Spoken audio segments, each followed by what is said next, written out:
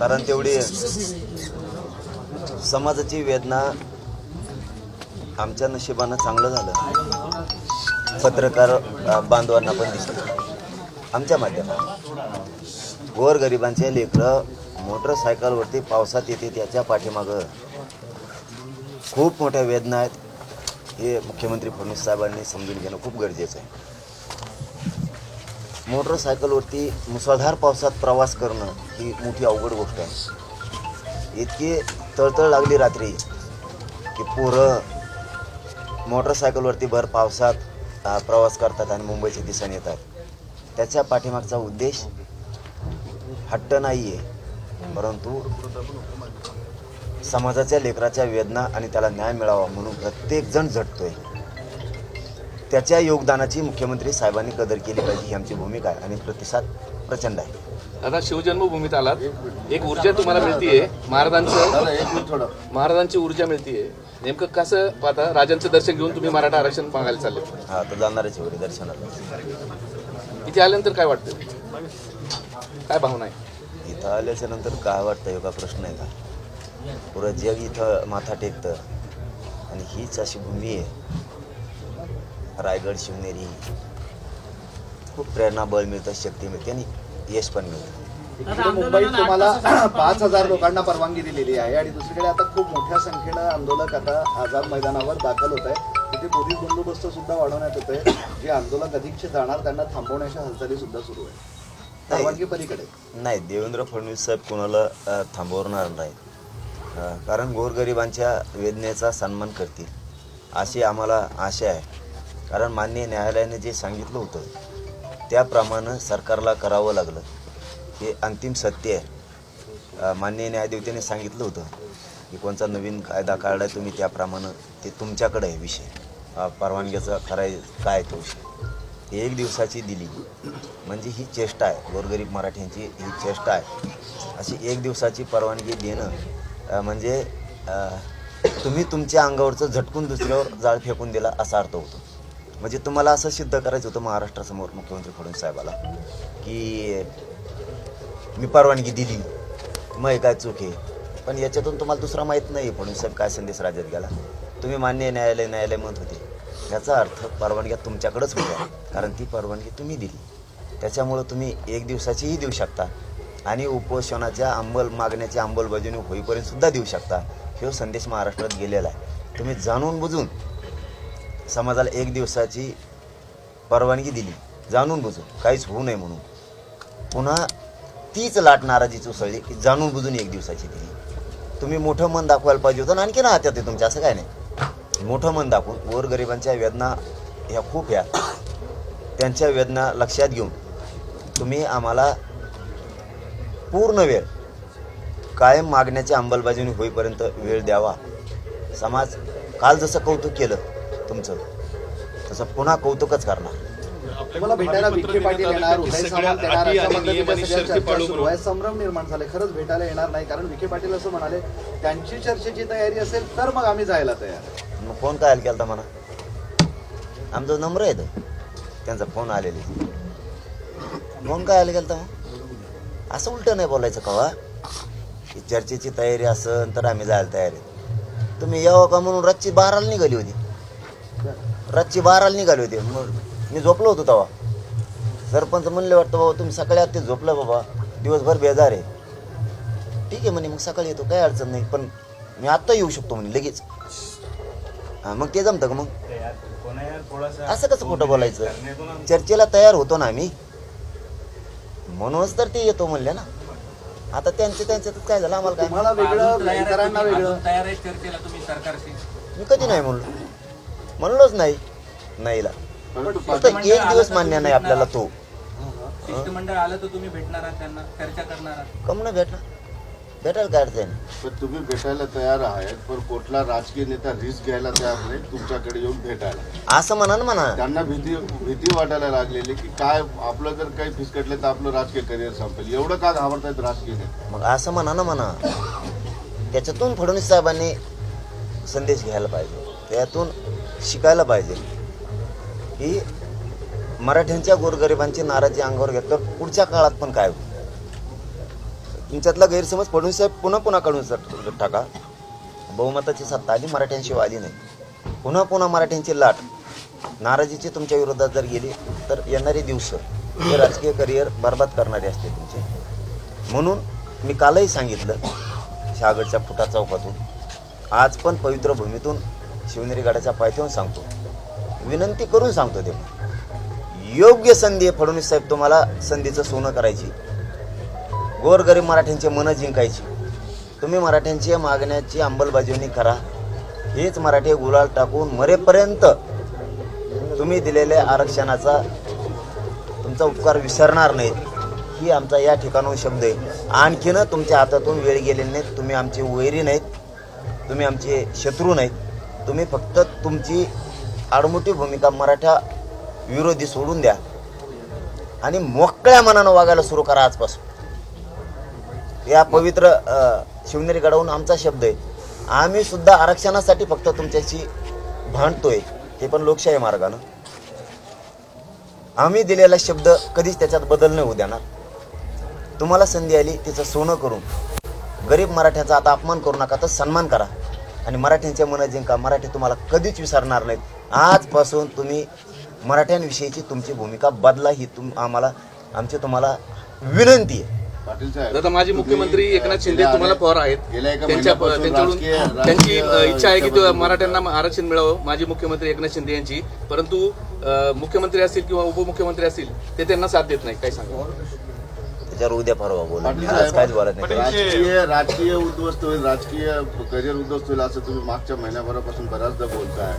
आता तुम्हाला राजकीय सत्तेशिवाय किंवा राजकीय ताकदीशिवाय गरिबांचे प्रश्न मिटणार नाही याकडे तुमचा कल होतोय का सध्या? ते शिकवायलेत आम्हाला तसं. मुख्यमंत्री दिली सत्ता मराठ्यांनी आणि उलाटले मराठ्यांवरतीच, त्याच्यामुळे त्यांनी शिकवलंय आम्हाला ते.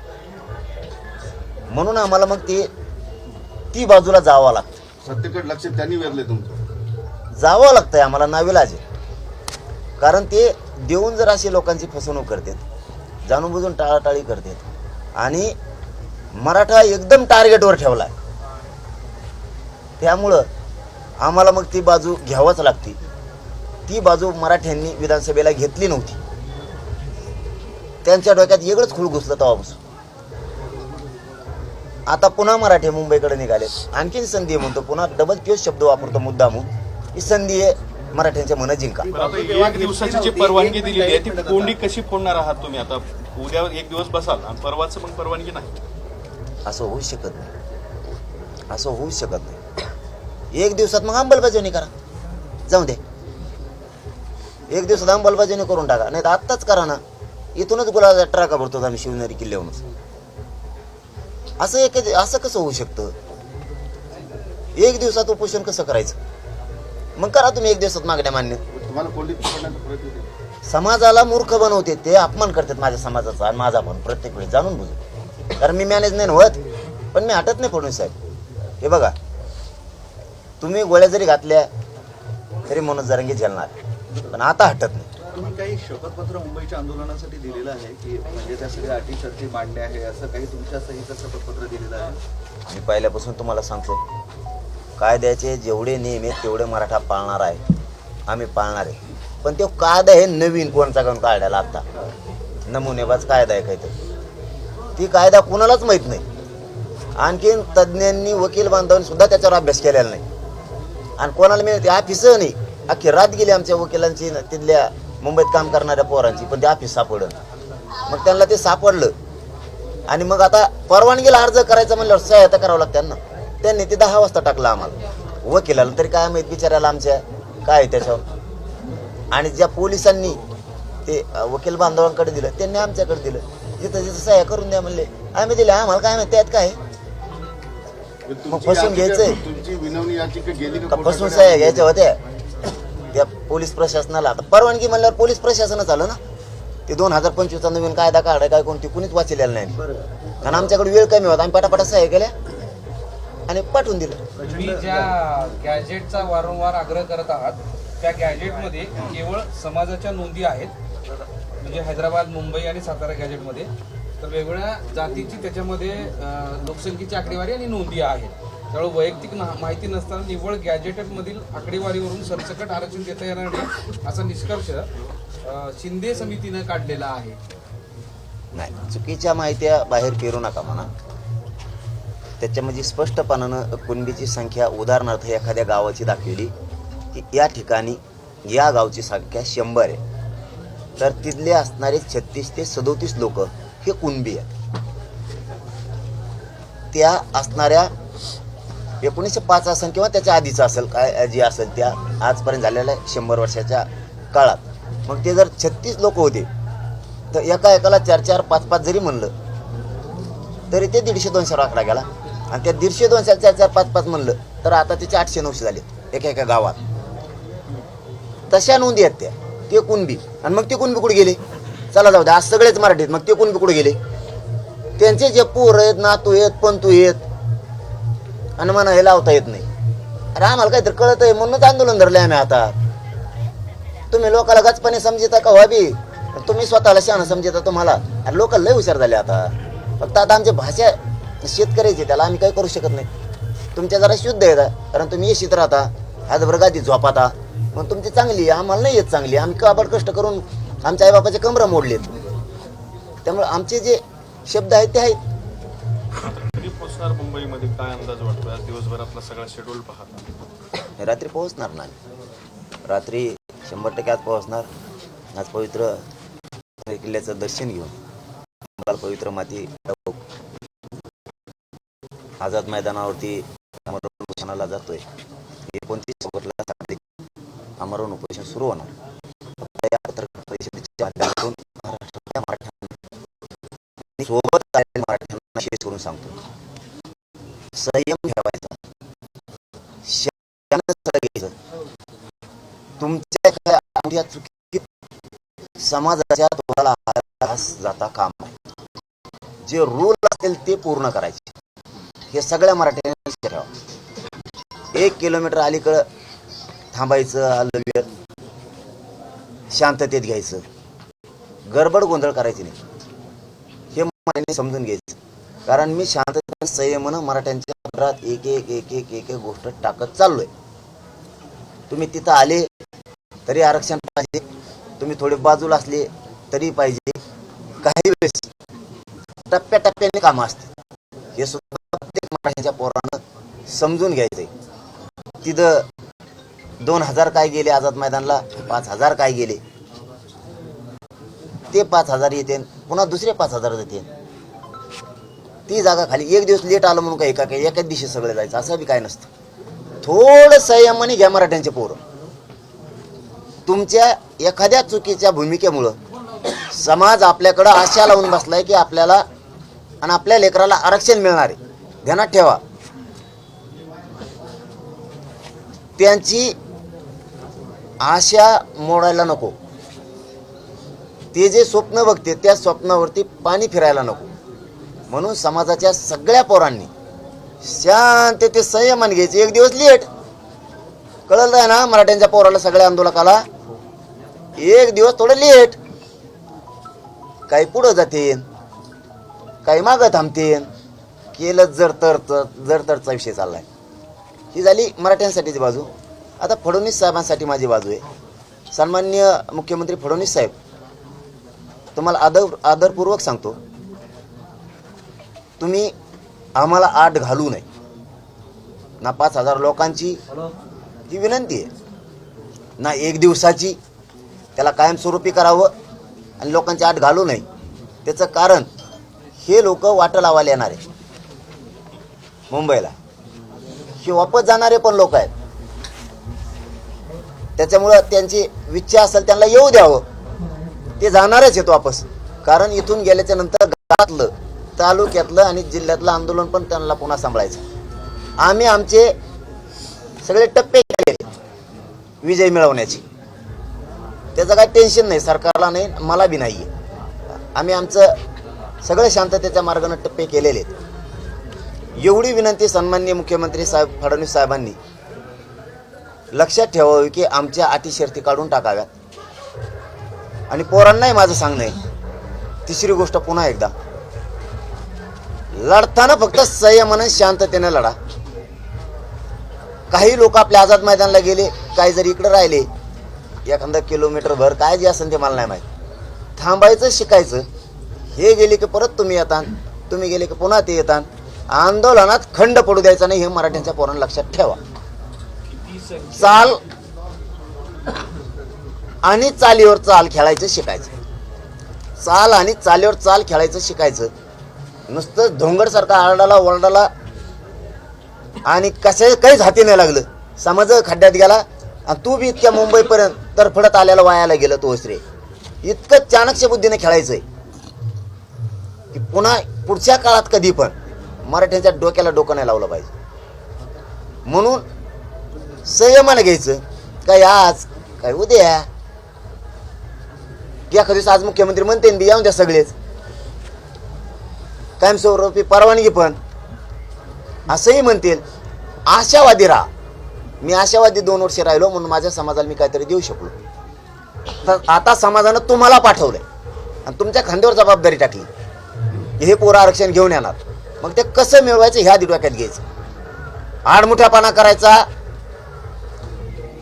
का कायद्याचे न्यायदेवतेचे सगळे नियम पाळून घ्यायचं, हे डोकं लावण्याची जबाबदारी आपल्या खांद्यावर महाराष्ट्रातल्या राहिलेल्या मराठ्यांनी टाकलेली आहे. मागं वळून बघा, गरीब मराठ्यांची आपल्याकडून किती अपेक्षा आहे. त्यामुळे तुमच्या एका चुकीमुळं, तुमच्या आडमुठ्यापणामुळं समाजाला डाग लागता कामा नये हे सगळ्यांनी समजून घ्या. हात जोडून सगळ्यांना सांगतो. थांबले, पुढे गेले, ते माघारी आले की हे गेले, तुम्ही काय लांब चालले काय, तिथंच बसायचं. आलाच परत तेव गेला की ग्राउंड मोकळं झालं की बसला दुसरा. टेन्शन नाही घ्यायचं. आणि ज्यांना वापस जायचं उद्या त्यांनी शांततेत वापस जा. कारण मीच बोली केली ती की कामाचे दिवस आहेत आणि आंदोलनाचे दिवस आहेत, 2 बाजू सांभाळायच्यात तुम्हाला. त्यामुळे तुम्ही वापस जा. मला माहिती आहे इथं ग्राउंडवर त्रास झाला की राज्यातला 7 करोड मराठा समाज शांततेत आंदोलन महाराष्ट्रात उतरणारे नाही. तुम्हाला आलेल्या सगळ्या पोराला माहिती. हे काय मीडियाच्या समोर सांगायचा विषय नाही आहे. कारण ह्यावेळेस मराठ्यांनी सगळ्या पक्षातल्या आणि सामान्य मराठ्यांनी हे आंदोलन स्वतःच्या हातात घेतलेलं आहे आणि पूर्ण मनावर घेतलेलं आहे. इकडे एखाद्याला काठी बी बसली तरी राज्यात लगेच आंदोलन शांततेत सुरू होणार, लगेच त्या क्षणाला. तसं आझाद मैदानाला जरी 3000 बसले, 5000 बसले आणि दुसऱ्या ग्राउंडवर काही बसले, त्याचं दुःख कोणी मानू नका. आपल्याला विजय खेचून न्यायचा. आझाद मैदानात जाणं, 5000 जागेवर 25 लाख जाणं हा उद्देश नाही आहे आपला. आपला उद्देश आहे 5000 बसून येतात, 2000 बसू, आरक्षणाचा विजय घेऊन जायचा. आजचे बसलेले उठले की तुम्ही उद्या या, 1 दिवस लेट, परवा दुसरे या. हे सुरू आहे. ही चेन बंद पडू द्यायची नाही. आणि जर तिथं त्रासच झाला तर सगळ्या मराठ्यांना माहिती आहे आणि इथं आता मुंबईला निघालेल्या पोरायलाही माहिती आहे की महाराष्ट्रातले सगळे मराठे माया मावल्यासहित सज्ज आहेत.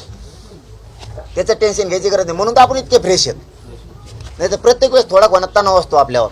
त्याला काय मीडियासमोर बोलावलं काय, त्याला टेन्शन घ्यायचं काहीतरी असतं. आता तणाव आहे का 2-4 दिवसापासून? कारण मराठा शक्ती एक अशी आहे इथे जगाच्या पाठीवरती कोणाचीही मोडशी मोडू शकतो,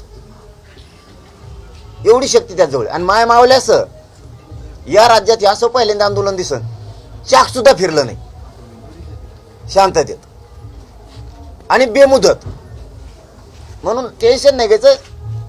कायदा आणि न्यायालयाने दिलेले सगळे नियम घालून करायचं, पण आंदोलन करायचं या भूमिकेवर राहायचं. हट्ट नाही धरायचा. मग तेव गेला मग मी कम नाही गेलो, तेव गेला तर तू उद्या जाशील, इतकं हुशार व्हायचं. म्हणून ही मीडियाच्या बांधवाच्या माध्यमातून सगळेजण आंदोलनाला आलेल्यांनी ऐकून घ्या, समजून घ्या. कारण मला जात जिंकायची, तुम्हाला पण जात जिंकायची. आडमुठापणा अजिबात नको. सरकारला हा एक इशाराच आहे, हात लावाल तर समाज माझा महाराष्ट्रावर आहे. मग काय तर तुडीत म्हणलं हात कसं काय लावता तुम्ही? हात कसं काय लावता? हात लावायचं कसं म्हणजे झालं नाही एकदा, आता बस ना. का आमची जात नुसते मारच खायला काय? आणि विनाकारण आम्हाला गणपती बाप्पाचं कारण सांगते देवाचं. आम्ही काय अडथळा करायला काय आमच्या हातात बंदूक आहेत काय? आम्हाला कारण ते सांगायचे. आणि तवा अडथळा आणला तवा अंतरवलीत नव्हता गणपती बसलेला, तवा नव्हता गणपती. तवा तो म्हणायला दिसलं का की बाबा हिंदूचा सण आहे, सणात कशाला लाठीचार्ज करायचा, कशाला आई बहिणीच्या डोक्या फोडायची. आता आम्हाला शिकवायला मुंबईला चाललेलं की गणेश उत्सवात सुद्धा तुम्हाला हिंदू देव धर्माचे देव कळणार. तुम्हाला कळाले ते लक्ष्म्या बसल्या होत्या तेव्हा. लक्ष्मीला तर तुम्ही सगळे मानता, कारण लक्ष्मी कमी नाहीच आहेत तुम्ही. नोटा लक्ष्म्या बसल्या असून आय माय लक्ष्मीला हाणलं तुम्ही. तेव्हा जे आम्हाला आता हिंदू विरोधी म्हणतात की हिंदूचे सण असून मुंबईला चाललेत, आता म्हणणारे तेव्हा कुठे गेलते ते कम नाही म्हणले. तेव्हा गणपती बसलेले होते तेव्हा देवेंद्र फडणवीसने कम हाणले का रे बाबा? बोलती बंद पडली का आता? तुम्ही मला चक्रात आडायचा भार काढायचा प्रयत्न करू नका. मी लय नमुना पुढचा आहे. तुम्ही माहितके लोकशाही प्रमाण करू शकत नाहीत. हो, इतकं लोकशाही प्रमाण करतोय. तुमची प्रकृती बरी नाही, अशाही परिस्थितीत तुम्ही पूर्ण किल्ला चढणार आहात की पहिल्या पायरीचं दर्शन घेणार आहात? नाही मी वरी जाणार आहे. शेवटचं दर्शन होऊ शकतं माझं एखाद्या दिवस, त्याचं काय सांगता येते? हो, त्याचं काय सांगता येते? माझ्या राजाच्या पवित्र गडाची कंपाळांना माती लावणार आणि मुंबईकडे जाणार आहे. माझं शेवटचं दर्शन होऊ शकतं, त्याचं काय सांगता येते? वाटत नाही. नाही भावनिक नाही. समोरच्या व्यक्ती तशा आडमुठ्या आहेत. समोर सरकार तसं मराठा विरोधी हिंदू विरोधी कारवाई करतं, त्यामुळे मी गोळ्या जडायला तयार आहे, पण हटायला मात्र तयार नाही. आणि मला एक दिवस मान्य नाही. फडणवीस साहेबांनी तो विषय बदलावा, कायम द्यावं आणि मराठ्यांचे मन जिंकावे. आणि सन्माननीय मुख्यमंत्री देवेंद्र फडणवीस योग्य संधी आली, काल आम्ही त्यांचं कौतुक केलंय. परवानगी दिली तर त्यांनी परवानगी घेऊन मराठे हे मुंबईत येऊन 29ला मला बसून वाटरला वापस जाणार आहे, त्यांना सगळ्याला येऊ द्यावं, ही पण दुसरी विनंती आहे. आणि तिसरं की तुम्हाला योग्य संधी मराठ्यांचे मन जिंकायची, आरक्षण देऊ. की गरीब मराठा कधीच उपकार विसरणार नाही, कारण काबाड कष्ट करून हा समाज इमानदार आहे. देणाऱ्याचे उपकार कधी विसरत नाही, पण अपमान करणारला कधी सोडत नाही, तो पण ह्योच मराठा. म्हणून आता अवमान न करता गरीब मराठ्यांच्या हक्काच्या ओबीसीतल्या आरक्षणाचा विचार करून सन्मान करावा, आता अपमान करू नये, ही फडणवीस साहेबाला विनंती आहे. धन्यवाद. वेळेत मुंबईला पोहोचणार का? कारण की 8 ते 9 तास उशिरा तुमचा दौरा, रात्री येणार होता, सकाळी नाही आता भैया काय आहे ते, आता लोक रस्त्यानं सगळ्यांना भेटत जाणं ते होतं, उशीर होतोच, त्याला आता नाविलाज आहे. आता आम्ही आता इथं 8:30ला का 8ला पोहोचलो. परवानगीचा मुद्दा आहे तर सकाळी 9 ते संध्याकाळी 5 पर्यंत परवानगी, मग वेळेत नाही असं नाही होणार, असं होणार नाही. ते कायम होणार, तसं होणार नाही, कायम होणार. बाकीचे नियम पाळणार. तुम्ही म्हणताना इतके लोक तर आम्ही आमच्या लोकांना सांगू तुम्ही तर तिकडे बसा, हे उठून गेले की तुम्ही या, ते नियम पाळू. समाजाच्या वेदनेपुढं मी माझ्या शरीराचा विचार नाही करत आणि करणार बी नाही. मागचं आंदोलन वाशीमध्ये जे थांबलं ते या टायमाला वाशीतूनच रिटर्न होईल का आझाद मैदानापर्यंत जाईल? आझाद मैदानला चाललो ना. धन्यवाद. चला. देश विदेशातील प्रत्येक घडामोडींचे लाईव्ह अपडेट मिळवण्यासाठी आता साम टीव्हीच्या सर्व सोशल मीडिया प्लॅटफॉर्मला लाईक, फॉलो आणि सबस्क्राईब करा. तसंच सर्व नोटिफिकेशनसाठी बेल आयकॉन प्रेस करायला विसरू नका.